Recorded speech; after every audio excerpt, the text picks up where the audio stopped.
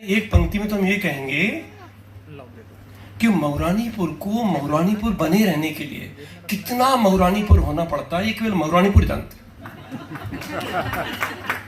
इसमें अब मौरानीपुर संज्ञा भी है, सर्वनाम भी है, विशेषण भी है, अलंकार भी है और क्रियापद भी है। मौरानीपुर होना, मौरानीपुर शहर नहीं है। आप मौरानीपुर जाएंगे तो आप में कुछ मौरानीपुर पना घट जाएगा। फिर आप वो नहीं रहेंगे जो आप मौरानीपुर से पहले थे। हर आदमी मौरानीपुर में अगर आके कुछ दिन रह ले, 2 महीने, आप 2 साल रहे ना वहाँ पे इनके साथ, आप मौरानीपुर केवल 1 महीने रह लीजिए, 1 महीने रह लीजिए, वहाँ की साहित्य के क्षेत्र में खासकर रह लीजिए, तो आप में कुछ मौरानीपुर टाइप घटेगा। कुछ क्रिया ऐसा होगी जो केमिकल घटना कहते हैं ना, आप तो केमिस्ट्री की हैं, केमिस्ट्री में कहते हैं ना कि 2 ऐसे एलिमेंट मिलते हैं फिर एक नया पदार्थ बन जाता है, जो कि जिसमें H2O, ना हाइड्रोजन है ना ऑक्सीजन है, पानी बन गया। अब उसमें आप हाइड्रोजन मत ढूंढिए, उसमें ऑक्सीजन मत ढूंढिए, पानी बन चुका है। तो ऐसे ही अगर मौरानीपुर आप पहुंच गए तो आप और मौरानीपुर दोनों मिलकर कोई तीसरा पदार्थ बनेगा जिसे आप खुद नहीं पहचान पाएंगे कि मैं ऐसा था। तो मौरानीपुर बहुत खतरनाक जगह है इस तरह से। और मतलब बाकायदा में हमें याद है, हम जब मेरे नाना जी और मेरे मामा जी दोनों बहुत बड़े कवि थे मौरानीपुर के। बवेली जी जानते हैं, मेरे मामा जी ओरछा स्टेट के राज्य कवि थे और वो 18 साल की उम्र में उन्हें राज्य कवि ऑफर किया गया था बनने के लिए। उन्होंने बाद में कहीं ज्वाइन किया था। और मेरे नाना जी की तो मूर्ति अभी लगी हुई वहाँ के एक चौराहे पर, घनश्याम दास जी पांडे, दोनों बहुत बड़े कवि थे। मतलब जब घनश्याम दास जी से मिलने मैथिलीशरण गुप्त आते थे तो वो जैसे ऐसा वाला हमारे घर में था, मुझे याद है, एक चबूतरा जैसा था, फिर बैठक थी, तो वो चबूतरे बैठते थे, मैथिलीशरण गुप्त नीचे बैठते थे कि हम आपके बराबर नहीं बैठ सकते। उनके महावीर प्रसाद द्विवेदी से बहुत लड़ाइयाँ थी कि वो खड़ी बोली में कविता कैसे हो सकती। वो अपने ट्रेडिशनल वे में कविताएं लिखते थे। आपने वो कविताएं कोई नहीं सुनाई, मुझे आपसे शिकायत है, आप पढ़ते हुए देख रहे थे, बोल रहे थे, जिसमें कि हमारे बुंदेलखंड में, आपने एक बुंदेलखंड की जो वे कह रहे सो हम कह रहे, ये एक आधुनिक उसका एक बुंदेलखंड का सुना है, पर फागे बुंदेलखंड के गीत बुंदेलखंड में अभी भी और खासकर हमारे मौरानीपुर के गलियों में, मैं अभी भी होके आऊँ, मैं पुरानी बातें नहीं कर रहा। मैंने ननिहाल में जब जाता था 5वीं 6वीं क्लास में, तब मैं अपने नाना जी की कविताओं की किताबें, जो उनकी वो डायरियाँ थी, उसे पढ़ के बड़ा हुआ हूँ। बल्कि पहली मेरे परिचय ही साहित्य से नाना जी और घनश्याम दास जी के किताबों को पढ़ के, उनकी डायरियों को पढ़ के सीखा है मैंने कि ये कविता साहित्य ये होता है। गर्मी के दिन होते थे, बिजली होती नहीं थी, छोटा सा एक पुस्तकालय कमरा होता था जिसमें डायरियाँ उनकी रखी हुई थी, वो समाप्त हो चुके थे नहीं, पर उनकी कविताएं पढ़ के, और उसको पढ़ के मैंने, बेटा तुमने अभी 9th क्लास में लिखा है, मैंने 8th क्लास में, मैं ऐसा नहीं कह रहा हूँ कि मैं तुमसे बहुत तुम बहुत बड़े बनोगे आगे, तुम्हारे लिए मैंने आगे लिखा हुआ है, पर मैंने उस समय उनका एक हरदौल चरित्र करके, उनकी एक 52 उनमें खंडों में उन्होंने 52 सर्ग में लिखी हुई थी। मैंने उसमें लिखी हुई थी अपनी सवैये और उस तरह की चीज़ों में, 6 उसके सर्ग थे।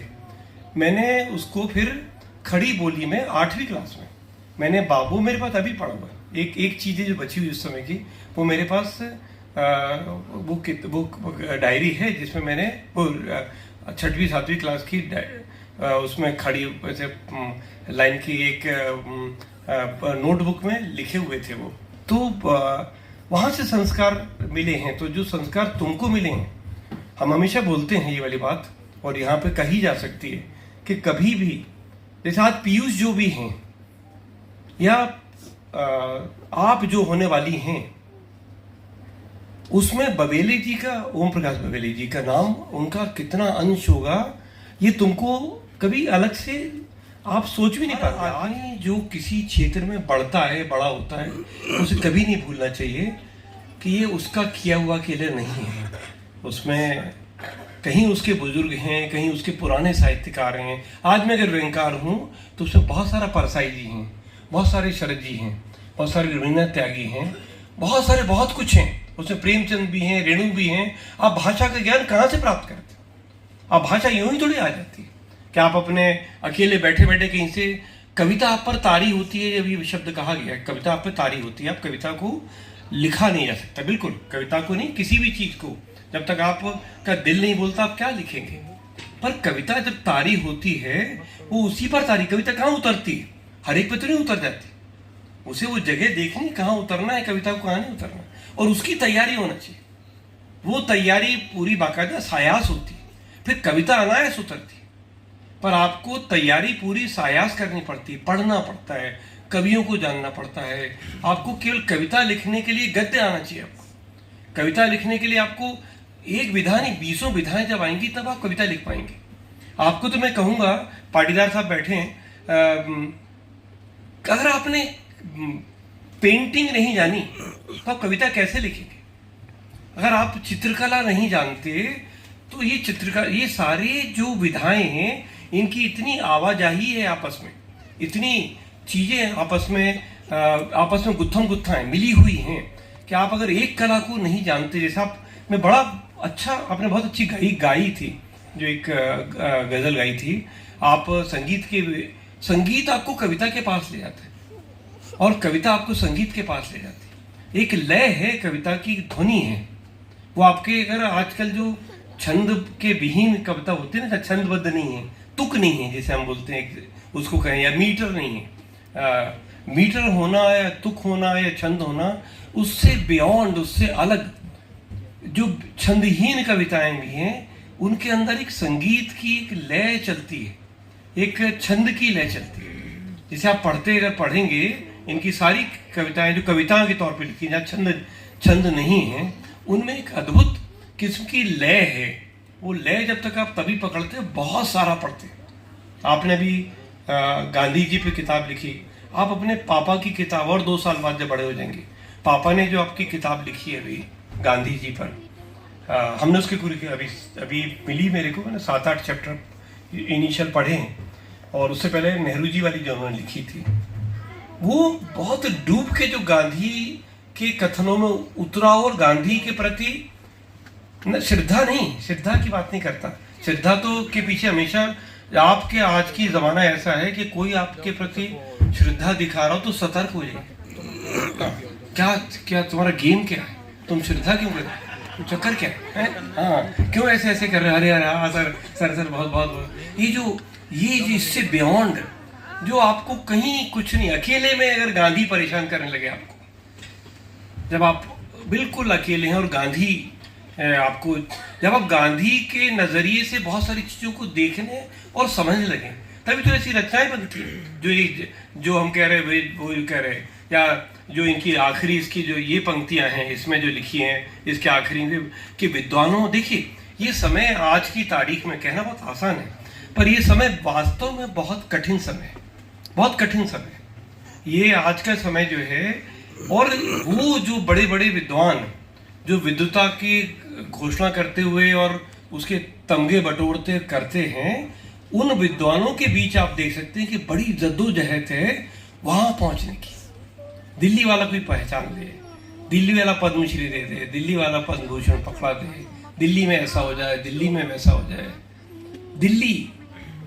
दिल्ली होना, दिल्ली भी एक दिल्ली को दिल्ली होने के लिए हम भी कहेंगे कितना दिल्ली होना पड़ता है वो आप कह नहीं सकते। दिल्ली तो अपने आप में एक नाम है ही नहीं बचा, वो अब दिल्ली नाम है ही नहीं। दिल्ली तो एक बड़ी, दिल्ली आप जब षड्यंत्र की बात करेंगे तो दिल्ली की बात करेंगे, जब आप बड़े सपनों को बेचने की बात करेंगे तो दिल्ली की बात करेंगे। दिल्ली बहुत बदल गई, दिल्ली जो बदल गई उस समय की आप बात कर रहे हैं, जहां जब तक कलाकार भांड में तब्दील ना हो जाए, आपका मीडिया नहीं पूछता। मीडिया आपकी कविता को नहीं बोलेगा, वो कुमार विश्वास की कविता को बोलेगा। वो जब आएगा कुमार विश्वास तो सिटी फलाना, सिटी भास्कर तो सिटी फलाना, इनके बड़े बड़े आधे पेज में उसके इंटरव्यू होंगे, उसकी वो होंगी, कविताएं होंगी। आप एक बड़े कवि, मुक्तिबोध पर कहीं उनकी जन्मदिन निकल जाएगा, मृत्यु का निकल जाएगा उनकी, कौन है जो मुक्तिबोध पर बात करेगा? कौन है? मीडिया उसको पूछेगा भी नहीं। तो जब जब तक आप भांड नहीं बनेंगे आपकी कलाकारी सामने मानी ही नहीं रहेगी। भांड बनना आपकी अनिवार्यता होगी। आप अच्छे भी तो भांड बन के आके आइए। तो आपको अच्छों को भी भांड बनना सीखना पड़ रहा है, और जो भांड है वो तो भांड है ही, उनका तो कहनी क्या। वो चाहे धर्म में भांड बन जाए, चाहे वो धर्म बेचते हुए भांड बन जाए, चाहे तो भांड बनना सर ये केवल आज के समय की साया चीज नहीं। आप भांड बन के ही आगे बढ़ सकते हैं। आप बहुत अच्छे हैं तो भी आपको भांड की कुछ भांडगिरी सीखना पड़ेगी, और एप्रोप्रिएट मंचों पर कुछ भांडगिरी दिखानी पड़ेगी, तब जाके आप पर कोई ध्यान देगा कि अच्छा यार ये। फिर उसके पीछे अगर आप बहुत अच्छे हैं तो ठीक है, पर बिना भांडगिरी के ये समय इतना कठिन आ गया है कि बिना भांडगिरी के आप आगे बढ़ नहीं सकते। विदूषक बने बिना आप सच, वैसे हमेशा विदूषक शब्द ही गलत है। विदूषक हमेशा माना जाता था राजा के दरबार में सच बोलने वाला आदमी, जो सच कह सके राजा से, और लोगों की तो हिम्मत नहीं पड़ती थी। विदूषक धीरे से सच बोलता था, एक मजाक में बोलता था पर वो सच बोल देता था। तो विदूषक जो आपने कहा, विद्वानों का विदूषकों में बदल जाना, मैं विदूषक शब्द से थोड़ा बोल रहा हूँ, पर विदूषक से आपका अर्थ जो बन रहा है एक जोकर जैसा बन जाना विद्वानों का, कि विद्वान को अब आज डर लगने लगा है। पर ये दिक्कत ये हुई कि ये इस समय की किसी पर्टिकुलर गवर्नमेंट की बात नहीं सर। ये घटना जैसे आपने वो कविता वे जो कह रहे ना कि वो आपने 2011-12 में लिखी थी, ये किसी गवर्नमेंट विशेष का वो नहीं कह सकते आप कि ये मोदी जी ने कर दिया और राजीव जी और उनके जमाने में बड़ा जबरदस्त था। हर समय सत्ता चाहती है कि विद्वान विदूषक बन जाए और कला भांड बन के उसके सामने आए। ये हमेशा मैंने तो यही देखा है भोपाल में रहते हुए। मैंने भोपाल में बहुत करीबी से देखा है लोगों को भांडगिरी करते हुए सत्ता के दरबार में, चाहे वो अशोक वाजपेयी का जमाना हो तब, और या उसके बाद के जो कुछ बने हैं सेक्रेटरी उनके दरबार में या मंत्री के दरबार में, वही हैं सक्सेसफुल। उन्हीं को पुरस्कार, उन्हीं का नाम, उन्हीं को कमेटियों में, वही सब जगह, वही विदेश यात्राओं में। वो विदेश यहाँ के विद्वानों के दल के अध्यक्ष जा रहे हैं, कोई मॉस्को जा रहा है तो कोई ब्रिटेन जा रहा है तो कोई मॉरिशस जा रहा है, कोई साउथ अफ्रीका जा रहा है, सब जा रहे हैं आपको रिप्रेजेंट करते हुए। आपको पता भी नहीं कि विदूषक आपको इन जगहों जाके आपको रिप्रेजेंट कर रहे हैं, और आप बड़े खुश हैं। ये वो समय है जिसकी कविता आपने लिखी है सर। क्या दूं वास्तव में मौरानीपुर में मैंने कविता कहना सीखा, कविता पढ़ना सीखा। वास्तव में वहां पे जो मौरानीपुर में रह के कवि बनेगा वो बच ही नहीं सकता। या तो आप मौरानीपुर में हैं तो या तो आप कवि हैं या आप बहुत अच्छे श्रोता हैं। हाँ मतलब आप, और श्रोता वहाँ हर कवि है, तो सभी कवि हैं और सभी श्रोता हैं। उस तरह का एक एटमॉस्फेयर है वहाँ पे मौरानीपुर में। और इतने छोटे 4-4 घरों को छोड़ के बैठकें होती रहती हैं। वहाँ का इतवार गुजारने का दिन ही होता था कि छत पर किसी के कभी गोष्ठी होगी जहाँ वाह वाह होगी, चाय वाय पिलाई जाएगी, कई बार खाना वाना भी होता था। और ये अभी तक होता है, अभी तक है वहाँ पे। कभी मुझे शायद 3-4 साल पहले, मैं बवेले जी कहता हूँ 5 साल पहले, तो वही क्राउड है बहुत। वो कविता के संस्कार जिसमें सर अब कविता को तो बहुत सरल मान लिया गया ना आजकल, कि आप कुछ भी एक लिखिए उसको तोड़ दीजिए ऐसे ऐसे करके, ओके ये हमारी कविता की किताब आ गई। वो ना वो गद्य ढंग से, ना वो पद्य है, वो ना क्या है, गद्य पद्य कुछ ऐसा है। और वो चल रही है कविता के नाम पर, बहुतों किताबें चल रही जो कविता है ही नहीं हमारे हिसाब से। तो हमको समझ नहीं आती क्यों। मुझे लगता है कि ऐसी कविता भी जो होती है गद्यनुमा कविता, उसमें भी कविता होना चाहिए। कविता में अगर कविता ही नहीं है तो फिर काहे की कविता है। तो कविता में वो कविता बनी रहे, उसके लिए आपका छंद का ज्ञान। तो हमारे यहाँ वहाँ पर मौरानीपुर में जहाँ पर हैं वहाँ पर अभी भी दोहे, सोरठे, सवैये, चौपाइयाँ, और आपसे बात करेंगे लोग। आपसे अगर बहस करने बैठ जाएंगे तो आप तुलसी कविता पर वहाँ बात करके बैठ के देख लीजिए किसी से कि तुलसी क्यों बड़े कवि। मुझे याद है मैं मौरानीपुर में ही था और कहीं बात आ रही थी, बिल्कुल ही बुजुर्ग ऐसे, मुझे लगा कि यार ये तो क्या कुछ करते होंगे।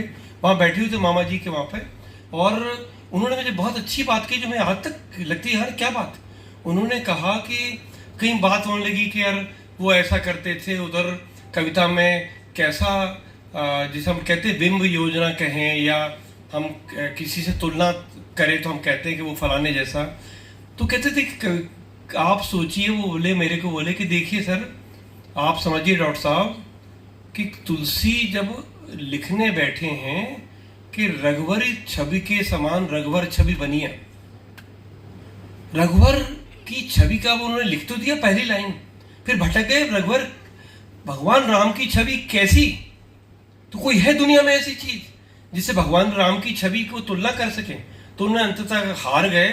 उन्होंने कहा कि भगवान राम की छवि भगवान राम जैसी ही है, रघुवर छवि के समान रघुवर छवि बनी है। मैंने कहा क्या बात है, ये चीज हमने नहीं सुनी थी कहीं। और वो एक बिल्कुल ही कोई सामान्य सा आदमी मौरानीपुर का ये वाली बात कह रहा था। तो मौरानीपुर एक बहुत लिटरेरी, बहुत कॉन्शियस शहर है, बहुत वहाँ पर ठीक है, हम पुराने चीज़ों को अभी, और वो पुराने समय की कविता को अभी भी जगाए हुए है, बनाए हुए है और प्रिजर्व किए हुए, बहुत बड़ी बात है मौरानीपुर में। और उसमें फिर अब जब नई चीज़ जुड़ती है तो क्या बात है, वो बवेली जी ने जितनी कविताएं सुनाई वो वही कविताएं हैं। और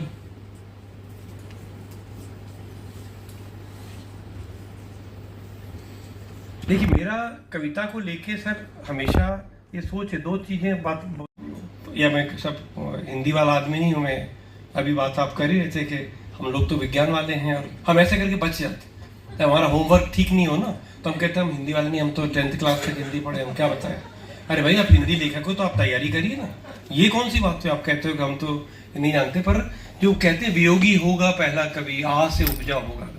मुझे हमेशा मानना है कि व्यंग और कविता दोनों बिना करुणा के निकलनी ही नहीं चाहिए।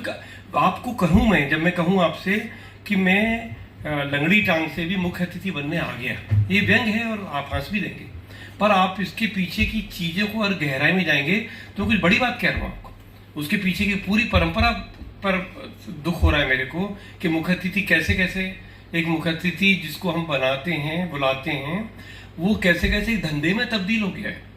मुख्य अतिथि बनना और बनवाना, किसी काम निकलवाना है, छोटा सा प्रोग्राम करो उस साले को यहाँ बुलाओ, हाँ, और उसे बड़ी सी भेंट दे दो कुछ, उसका खूब जरा ढोल बजवा दो, तो फिर अगले दिन उसके दफ्तर पहुंचो।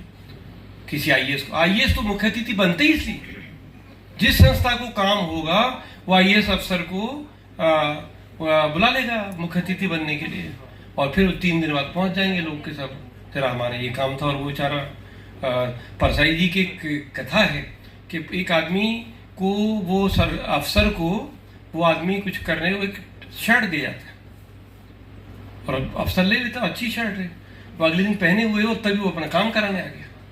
अब वो शर्ट वही पहने हुए, अब शर्ट उसको जकड़ने लगी थी, वो हाथ उसने उठाया और वो उसने कहा सर एक फाइल पड़ी आपके यहाँ सर, थोड़ा सा हमारा देख लेते हैं। वो उन्होंने लिखा है कि उसकी शर्ट कड़क हो गई, उसका हाथ ऐसे लेती गई और उसने बैठ के साइन कर दी। तो ये मुख्य अतिथि का एक ये भी है कि मुख्य अतिथि कहाँ कैसे उसको इस्तेमाल किया जा सकता है, और दोनों एक दूसरे को इस्तेमाल करते हैं। ऐसा नहीं, वो उसकी फोटो जब अगले दिन छपती है अखबार में तो वो वहाँ पर जो आईएएस अफसर दूसरे हैं या और लोग जिनको साहित्य से लेना देना नहीं है, उनको बताता है बेटा मैं ऐसा वैसा आईएएस नहीं हूँ, मैं साहित्य में थोड़ी मेरी एक वो है। और हमारे 2-3 दोस्त ऐसे आईएएस अफसर रहे जो इस बात को उन्होंने बहुत भुनाया आईएएस में कि वो बहुत सारे लेखकों को जानते हैं, और वो तो सब तो ये जो चीज़ आईएएस, सॉरी मैं कहीं और भटक गया, मैं कह रहा था करुणा, जो ये मैं कहूँगा कि ये सोच ही करुणा में भर देता है मेरे को कि हम मुख्य अतिथि या ऐसी उद्भट विद्वान और उन्होंने क्या क्या अच्छे ये समय बहुत खूबसूरत शब्दों को बहुत गलत अर्थ देने वाला समय भी है, जहाँ शब्द अपने अर्थ खो चुके। प्रातः स्मरणी, आप अगर एक नेता को 4 आदमी प्रातः स्मरणी बोल रहे हैं, तुम अपने बाप को याद नहीं करते, तुम साले इनको प्रातः स्मरणी बोलते, सुबह उठ के तुम्हें इनकी याद आती प्रातः स्मरणी। और ना क्या क्या सारे शब्द, सारे बड़े बड़े शब्द अपना अर्थ खो चुके। वो समय अलग ही अर्थ, बल्कि इन अर्थों पे इन शब्दों पे कुछ दूसरे ही अर्थ सवार है, कुछ अलग ही बात कह रहे हैं। जब प्रातः स्मरणीय कह रहे तो सब जानते हैं कि आप ये कह रहे हो कि यार इसकी रोज याद आती है, इससे काम करवाना है, इसे रोज सुबह याद आती है इसकी, क्योंकि भूल ना जाऊं साला, इससे काम लेना है, तो ये प्रातः स्मरणीय है मेरा। तो ऐसे शब्दों के बीच तो ये जो इसका एक बहुत ही हंसने के अलावा ये एक रोने वाली चीज है कि अगर ये दिन आ जाए तो, पर समय ऐसा भी आ गया है कि रोने वाली चीज पर हंसना पड़ता है। हाँ, यही हो रहा है, हम भी उस पर हंस रहे हैं यहाँ पे बैठ के रोने वाले समय पे। तो मैं 7:30 हो गए, 8 बजे तो खाना खिलाओगे ना, तो फिर अभी तो सर को तो आधे घंटा चाहिए भाई। सर की मैं केवल बेटी के लिए कुछ बोल देता हूँ, बहुत सारा लिखा हुआ मेरी किताब, मैंने आपकी पूरी किताब पढ़ी सर, आपने जितनी कविताएं पढ़ी हैं, मैं सबको ये मोड़ के आया था कि मैं इन कविताओं में कुछ कुछ बातें बोलूँ कविता। हाँ, मैंने ज़्यादा अच्छी कविता पढ़ दी महारानीपुर का। जी जी। अब बेटी के लिए मैंने कुछ लिखा हुआ था। देखिए, पीयूष जैसा सुपुत्र भगवान हर एक को दे। कहाँ हो सर, तुम्हारी नोट कर लेना कि हमने तुम्हारी तारीफ की। तो पीयूष ने बोले कितने हैं, कितनों की, अगर मौरानीपुर से डायरियों से कविताओं की किताबें बनाने लगे तो सब वही का लाइब्रेरी भर जाए, इतने लोग कविताएं लिखते हैं, इनकी डायरियां ऐसे ही गुम जाती हैं, ऐसे ही निष्प्रय भाव से, जिसमें आपने एक शब्द यहाँ पे इस्तेमाल किया है इनके लिए, अपरिग्रह भाव से, अपरिग्रह भाव से कविता लिखते हैं, भूल जाते हैं, पड़ी रहती हैं, और एक बेटा एक आता है जिसको लगता है कि ये चीजें सामने आनी चाहिए। तो आप बहुत, पर ये न केवल अच्छे बेटे हैं, अच्छे पिता भी हैं कि इन्होंने बेटी में वो टैलेंट देखा और बेटी से कहा कि नहीं, तुम्हारी किताब अपन छापेंगे। और कहीं होता है पीयूष, ऐसा होता है कि जब आप किसी बड़े आदमी के बारे में लिखते हो, आपने 2 बड़े आदमी के बारे में किताब लिखी, नेहरू के बारे में लिखी है, गांधी जी के बारे में लिखी, तो आप जब उसी में उलझ जाते हैं सालों तक उसकी तैयारी में, फिर लिखने में, तो आप करीब करीब वो बनने लगते हैं, आप वैसे बन जाते हैं, आपको वैसा लगने लगता है कि आप, जब मैं एक पागलखाना उपन्यास लिख रहा था तो उसमें 6 पागलों की कथा थी, तो पगला कैसे गया था, मैं बिल्कुल ही डिस्टर्ब हो गया था, डिप्रेशन में चला गया था लिखते हुए। आप जो लिखते हो वो बन जाते हो धीरे धीरे उस पीरियड के लिए कम से कम। और ये गांधी जो आपके साथ आया, अभी तो आप गांधी पे और 2-3 किताबें लिखने वाले हैं, ये गांधी आपके साथ बना रहे, ये बहुत आपको बहुत आगे ले जाएगा। तो आपने जो गांधी पर जो भी कहा, आपकी बेटी में आपने देखा, उससे उसकी किताब को छापा है, तो और इससे एक और बात समझ में आती है कि गांधी ऐसी शख्सियत है, खैर गांधी को हमने भी बहुत पढ़ा है, गांधी के आत्मकथा से लेकर जो मिला है गांधी के लेके, पर किसी उम्र के लोग को गांधी, जैसे गांधी बच्चों में बड़े लोकप्रिय थे, गांधी यंग लड़कियों को बहुत लोकप्रिय थे, उसके लेके बदनामी भी करने वाले बहुत हैं, उनके ब्रह्मचर्य के प्रयोगों के बारे में इस समय तो पूरा व्हाट्सएप भरा पड़ा है, जो यही बात करने को सब छोड़ के हम खीर में एक कंकड़ ढूंढ रहे हैं।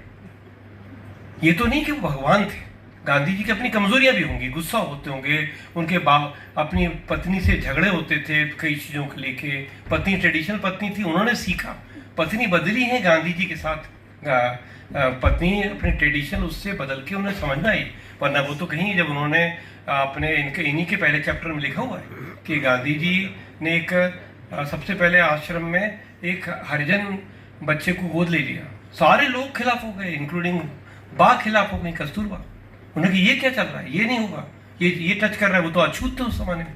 30s की बात बताइए आप, 30s 40, जब कोई आप अपने चमार निकल जाए, वो चमार वर्ड ही कहते थे, तो ब्राह्मण उसकी छाया से बचता था कि वरना अपवित्र हो जाएगा। उस जमाने की बात कर रहा हूँ, उस जमाने ने सबका विरोध सह के उस बच्चे को पाला, वहीं रखा, किसी की बात नहीं मानी। इस तरह का जिद के साथ गांधी बनना बहुत कठिन चीज है। तो गांधी पे इनकी किताब बहुत अच्छी है, मैं सबसे कहूँगा गांधी की किताब और नेहरू की किताब जो बवेले की है, पीयूष की, जरूर पढ़ी, अद्भुत किताब है। उन्हीं, और कोई अपनी तरफ से इन्होंने कुछ कहा ही नहीं, इन्होंने उनके ही उद्धरण निकाल के गांधी के बारे में एक तस्वीर बनाई, या उन्हीं के उद्धरण निकाल के जो उन्होंने कहा है, कोई अपनी थोपी नेहरू के बारे में कहा है, वो नेहरू किताब पढ़ी है, बहुत बढ़िया किताब है, नेहरू एक मिथक या जो सत्य है वो उस पर।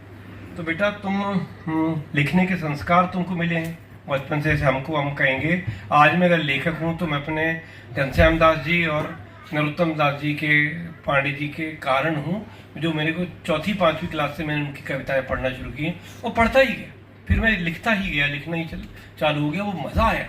आपको लगा तो तुम लिखने के लिए बने हो, पहले तो ये समझो कि तुम लिखोगे। और ये किताब छप गई और कुछ लोगों ने तारीफ कर दी। ये कोई भी किताब के लिए मैं कहूँगा, हमेशा मैंने अपनी किताबों में माना है कि किताब लिख ली, छप गई, उसके बारे में चर्चा हुई, उसको भूल जाओ। ये पहला स्टेप है। ये लिखना एक निरंतर लंबी यात्रा है। इसकी कोई मैं मानता हूँ, ये आखिरी बात कहूँगा कि मेरा मानना ये है कि लिखना कहीं जाके समाप्त नहीं होता। लिखना जिंदगी भर, जब तक आपकी सांस चलती है, जब तक आपके हाथ चलते हैं, जब तक आप लिख सकते हैं, तो ये तो एक निरंतर यात्रा है। इसकी कोई मंजिल नहीं है कि इस जगह जाके बंद कर देंगे, ये उपन्यास हो जाएगा तो बंद कर देंगे। हमेशा लिखोगे तो खूब लिखते रहो बेटा, हमेशा खूब पढ़ते रहो, खूब लिखो और खूब बड़े बनो, अपने पिताजी और दादाजी से बड़े बनो। बधाई हो तुमको बेटा। Thank you.